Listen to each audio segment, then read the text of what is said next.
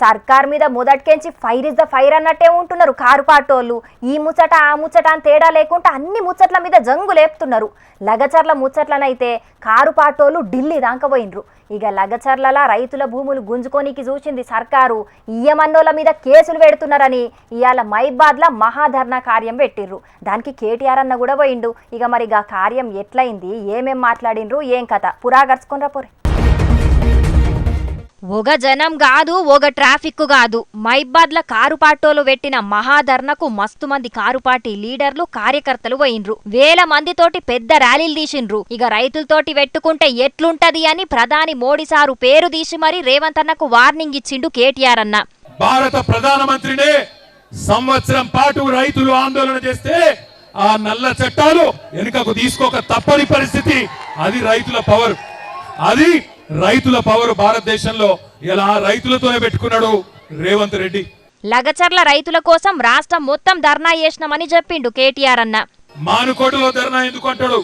ఒక్క మానుకోటలోనే కాదు రేవంత్ రెడ్డి, ఈ రాష్ట్రంలో అవసరమైతే ఎక్కడెక్కడ బీద వాళ్ళు ఉన్నారో, ఎక్కడెక్కడ గిరిజన రైతులు ఉన్నారో, ఎక్కడెక్కడ మా దళిత అన్నదమ్ములు ఉన్నారో, ఎక్కడెక్కడ బలహీన వర్గాల అన్నదమ్ములు ఉన్నారో మొత్తం 119 నియోజకవర్గాల్లో అవసరమైతే ఆ కొడంగల్ బక్కచిక్కిన రైతుల కోసం తప్పకుండా బీఆర్ఎస్ పార్టీ ధర్నా చేస్తది.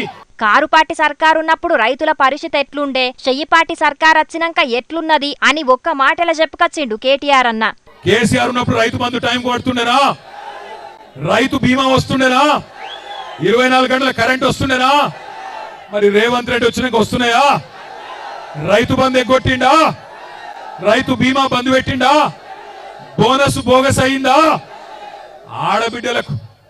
ఆడబిడ్డలకు చెప్పిండు కదా నెలకు 2500 ఇస్తానని వచ్చినాయా? మహాలక్ష్మి అన్నాడు, మహారాష్ట్రలో కూడా తనులు తిన్నాడు. తెలంగాణలో ఇచ్చిన హామీలు అమలు చెయ్యక మహారాష్ట్రలో అన్ని అబద్ధాలు చెప్పిండు కాబట్టే చెయ్యి పార్టీకి ఓట్లెయ్యలేదు పబ్లిక్ అని చెప్తున్నాడు కేటీఆర్ అన్న. ఇక సర్కారుకు జనాల ఎంత వ్యతిరేకత ఉందో గీ ధర్నా చూస్తేనే అర్థమైందట. 1000 మంది అనుకుంటే 25,000 మంది తరలి వచ్చి ఈరోజు బ్రహ్మాండంగా ఈ ప్రభుత్వం మీద ఎంత కోపం ఉందో, ఈ ప్రభుత్వం మీద ఎంత వ్యతిరేకత ఉందో ఇవాళ ఈ మానుకోట మహాధర్నా చూస్తేనే అర్థమైతా ఉన్నది. కాకుల లెక్క జనాలు కూడా కలిసిమెలిసి ఉండాలి అని అన్నాడు కేటీఆర్ అన్న.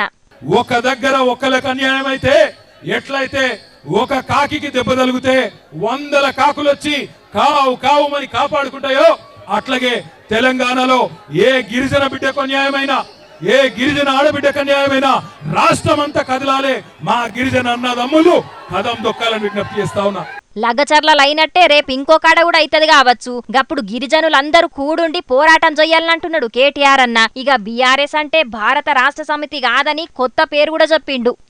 బీఆర్ఎస్ అంటే భారత రాష్ట్ర సమితి మాత్రమే కాదు, బంజారా రాష్ట్ర సమితి అనే విధంగా మీకోసం కదులుతామనే మాట కూడా తెలియజేస్తూ జై తెలంగాణ.